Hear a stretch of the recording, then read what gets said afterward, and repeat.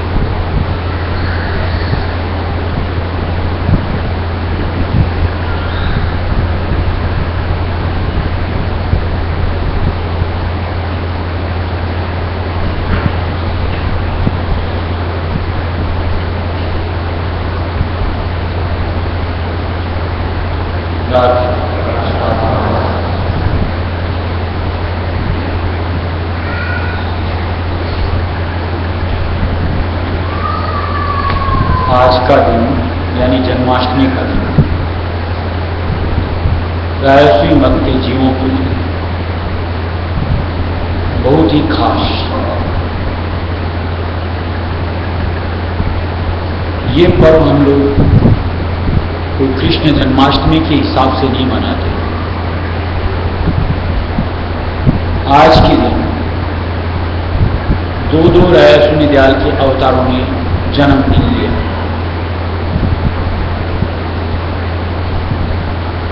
आज ही के दिन हमारे मालिक के अवतार स्वामी जी महाराज श्री शिवदयाल सिंह जी कत्री, उनका भी जन्मदिन आज का ही। और हमारे बड़े महाराज सुंदरदास जी महाराज, इनका भी जन्मदिन आज का ही।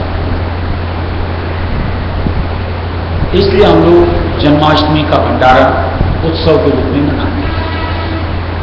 ये जानकारी भंडारे के सत्संग में कई नए जीव आते हैं, भ्रांति में न रहे। कोई कृष्ण पक्ष के हिसाब से हम जन्माष्टमी का भंडारा करते हैं, इसलिए बताया गया। उत्सव का दिन इस निमित्त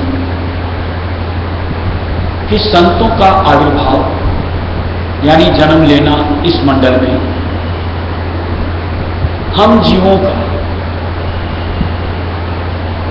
बहुत बड़ा भाग होता है। तो संत पधारते हैं।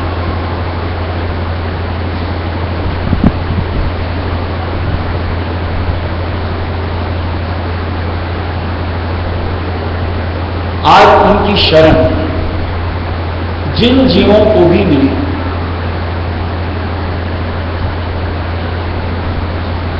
वो बढ़ की अपनी मुक्ति उद्धार की कार्रवाई हासिल करते हैं। यानी उनकी दया मेहर जीवों का बेड़ा पार करने के लिए काफी।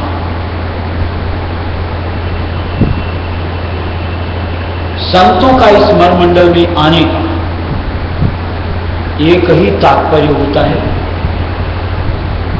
जीवों को उल्टाना, निज घर की शुद्ध दिलाना, संग के आधार से चिताना, जो कि वो करते हैं। और जैसा कहा हमारा बड़ा भाई, हमें जब उनकी चरण शरण की ठौर मिलती है, हमें भी यानी सत्संगी भाई बहनों को अपनी रुचि परमार्थ से जोड़नी चाहिए।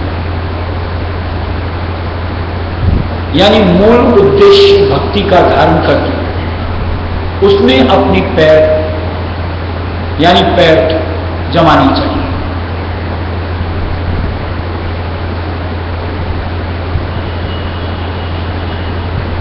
संतों के आगमन से कुल सृष्टि का एक दर्जा बढ़ जाता है। कुल सृष्टि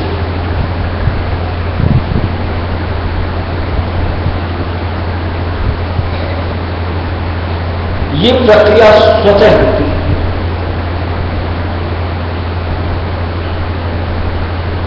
इसको ऐसे समझो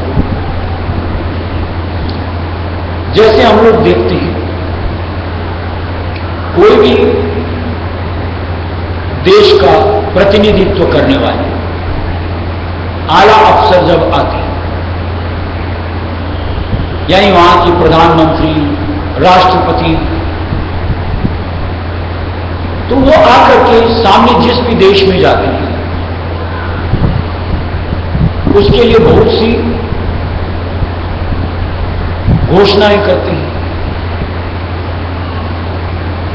इतना का दिया, ऐसा सहयोग, इस अंक। ऐसे ही वो मालिक जब ऊपर के मंडल से हमारे लिए आएंगे, कोई भी जीव अभागा न रहे, इसलिए समता के अधिकार से सबका एक एक दर्जा बढ़ा दिया।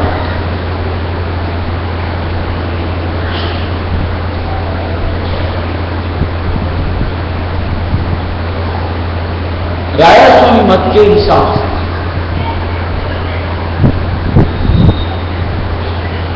संत मत का आविर्भाव एक ही थे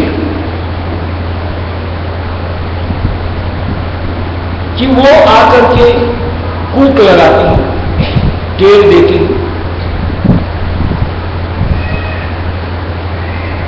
कि ये देश हमारा नहीं, यहां की आस छोड़ो और जो देश अपना सत्य देश, रायस्वी देश, उसकी कल्पना से अपने आप को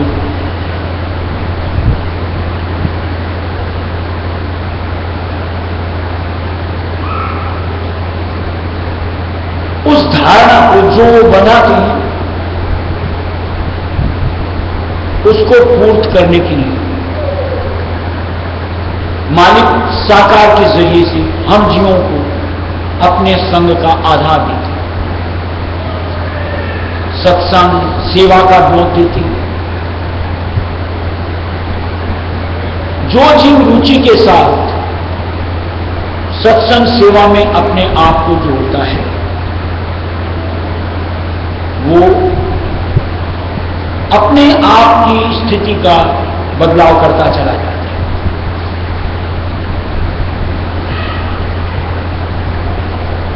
यानी जब तक संत मत से अपना वास्ता नहीं जोड़ा था, संतों की रहनुमाई में नहीं आया, तब तक उसकी चाहना और भावना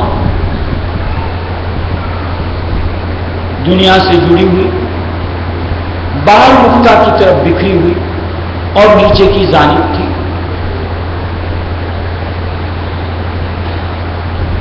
लेकिन मालिक का संग पाकर के, संतों का संग पाकर सोच का परिवर्तन होता है, धारणा और भावना निज घर के प्रति दृढ़ होती है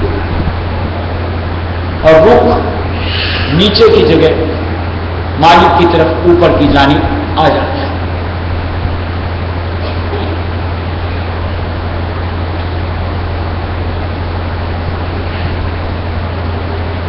जो संत अवतार होती है यानी मालिक का साकार रूप, वो अपनी वाणी वचन से, दृष्टि के जरिए, प्रसाद चरणामृत मत्था टिकवाने के जरिए जीवों को निहाल करते, यानी उनके भाग्यों को बढ़ाते हैं।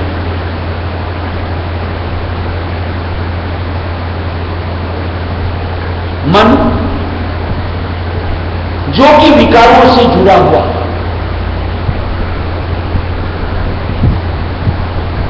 उसकी स्थिति का परिवर्तन देते हैं, यानी धीरे धीरे मन से विकार अलग हटते चले जाते हैं।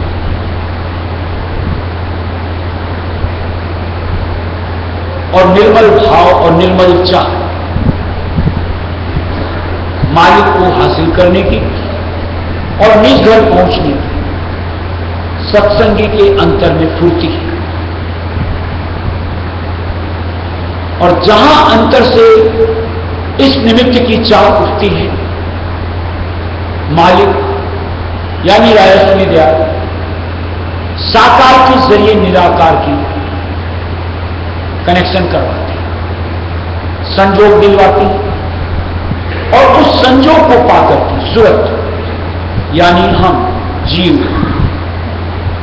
इस मंडल से अपने आप को निकालते हुए गज की सेंध लगा के निजगर की तरफ अपने कदम बढ़ा पाते।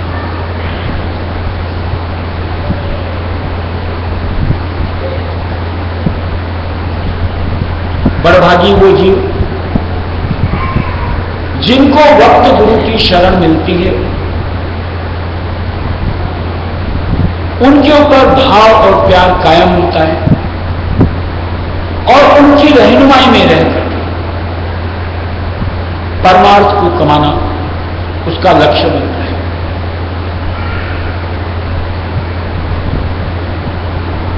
संत मत की सत्संग किस्से कहानियों से जुड़ी नहीं होती, जबकि बकवासों से जुड़ी नहीं होती, मूल सिद्धांत पर आधारित होती है।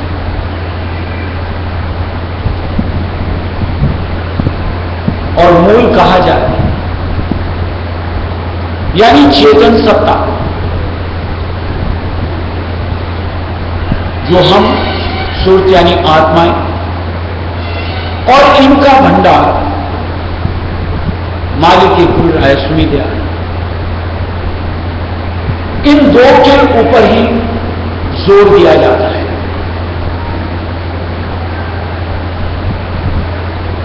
कि जिसको सुन करके भेद को पाकर हम अपनी स्थिति से वाकिफ हो सके कि मेरे क्या हालात हैं। यानी जिन भ्रमों के साथ हमने अपने आप को जोड़ रखा होता है, मालिक उसका पर्दाफाश करते हैं कि कहीं किसी तरह का धोखा ना रहे। स्वामी जी महाराज ने बड़ी वाणी में दिया हुआ है, धोखा मत खाना जब आए प्यारे, धोखा मत खाना। या किसी तरह के प्रलोभन में अपने आप को उलझा करके अपना कभी भी नुकसान मत करना, छलावे में मत आना।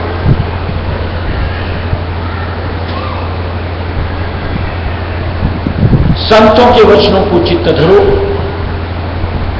जो कि निस्वार्थ होती, जो कि सुरत यानी आत्मा के निर्वाह के निमित्त होती। अपने हालात से अपने आप को वाकिफ करो और उस हालात से छुटकारा पाने की जुगत जो संत हमें देती, उससे अपने आप को जोड़ो, यानी उस ओर बढ़ो, तो हम माया के अंग को, काल के अंग को अपने से परे कर सकते हैं और सत्संग में अपने आप को जोड़ पाते हैं। और ये जो संग मिलता है हमें वक्त गुरु यानी मालिक की सप्तधार का इस मंडल में बहाया जाता है। बगैर संग के निराधारी जीव कहीं का भी नहीं रहता। वो सिर्फ काल्पनिकता में ही अपने मनोराज में जुड़ता है, बजाय काम संवारने के, और अपना आकाश करता चला जाता है। लेकिन अगर सच्चे गुरु की शरण में रहा, यानी उनसे अपने आप को जोड़ करके रखा, तो अपनी स्थिति परिवर्तित कर सकता है या रूप वो करता चला जाता है। कल भी सत्संग में जैसे बात हुई थी, हम लोग जब मालिक की शरण से जुड़ते हैं, निपट दुनियादारी जीव होते हैं, यानी हमारे अंतर फूट फूट करके दुनिया समाई रहती है और दुनिया से जुड़े हर चीज। लेकिन जैसे जैसे सत्संग हमारे असर करना शुरू होता है, यानी सत्संग चित्त धरते हैं, उससे अपनी स्थिति को भांपते हैं और सत्संग का जो सार समझाया जाता है उसकी अंतर से तलब होती है। तो जब चाहनाएं हमारे से जुदी होती चली जाती और भक्ति की चाहना यानी अंतर से मालिक के साथ रहने की चाहना हमारी बलवती होती चली जाती। और जहां चाहना का स्वरूप परिवर्तित हुआ, हम निपट दुनियादार से सत्संगी के दर्जे को पाते हैं और सत्संगी में अपने आप को और फेरते हुए, यानी भक्ति अंग में बरतते हुए मालिक के निज प्यारे बनते हैं।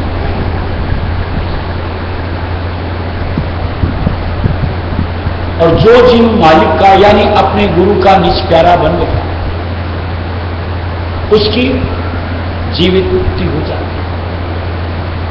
यानी प्रत्यक्षतः अंतर में मालिक का दीदार पाता है, साथ पाता है और अंतर की गतियां धारता हुआ ध्रुवपद तक अपनी गति हासिल कर लेता है।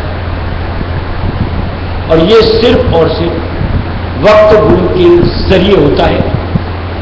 और ये मालिक अवतार स्वरूप इस मंडल में जब कदम धरते हैं यानी जन्म लेते हैं तो ही मुमकिन हो पाता है।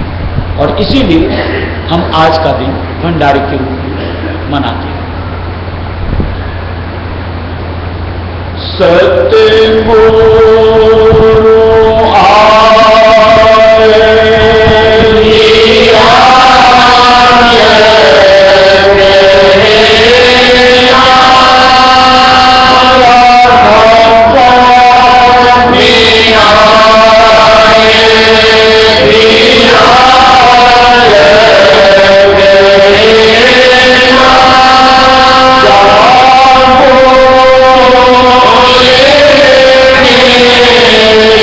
क्या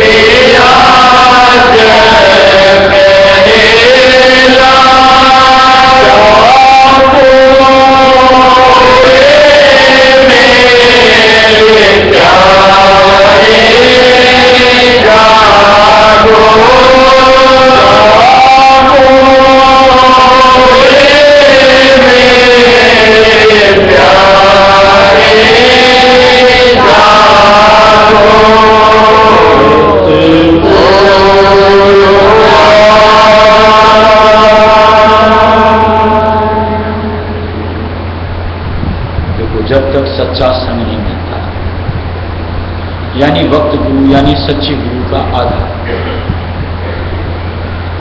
तब तक जो जीव यानी हम सब अपनी मन की कल्पनाओं से अपने आप को उलझाते हैं,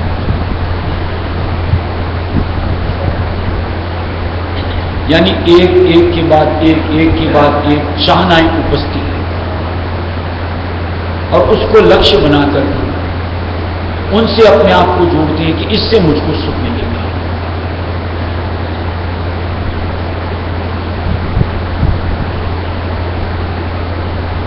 सच्चाई क्या है? यहां की किसी भी चीज, चाहे किसी का संसार यानी चेतन का कह दो, या जड़ यानी माया का आधार है, अथवा भोग जो इंद्रिय द्वार हासिल करते हैं, इनमें सुख नहीं है और ये सुख का आधार नहीं है।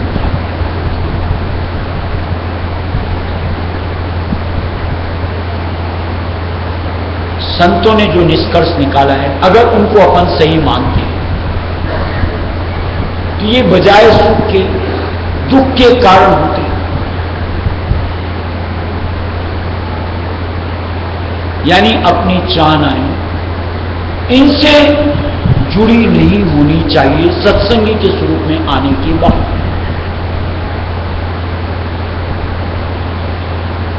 हम लोग जो ये चाहना करते हैं,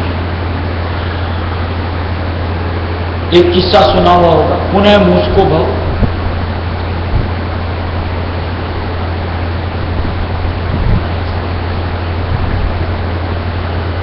ऐसा दिया हुआ है कि एक ऋषि के आश्रम में एक कोई चूहा था, वो उछल कूद करता था, उनकी ऋषि की गोदी में भी चढ़ जाता था।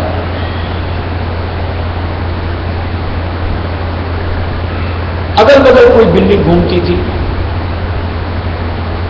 उससे वो भयभीत होता था, क्योंकि बिल्ली का तो चूहा आहार होता है। उसने यानी चूहे ने ऋषि से प्रार्थना करी कि मुझको बिल्ली से बड़ा डर लगता है, मेरे भय को दूर कीजिए।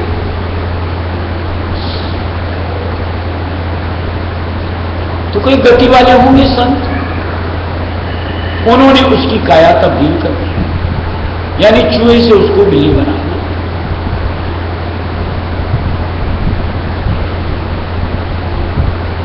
अब बिल्ली बनकर के विचरण करे। अब जैसे कि पहले जमाने के हिसाब से जो भी गुरु आश्रम हुआ करते थे, जंगलों में हुआ करते थे, यानी वीरान में, इर्द गिर्द कुत्ते घूमते रहते थे।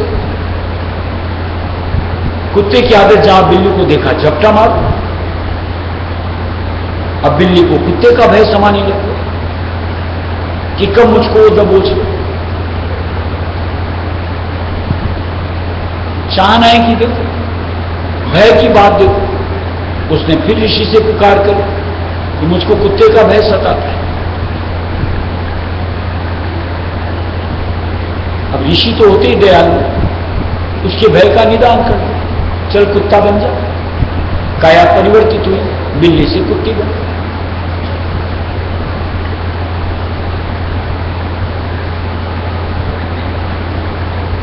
जैसे कहा कि वीरान में जंगलों में गुरु आश्रम हुआ करते थे, तो जंगली जानवर वगैरह भी घूमते थे।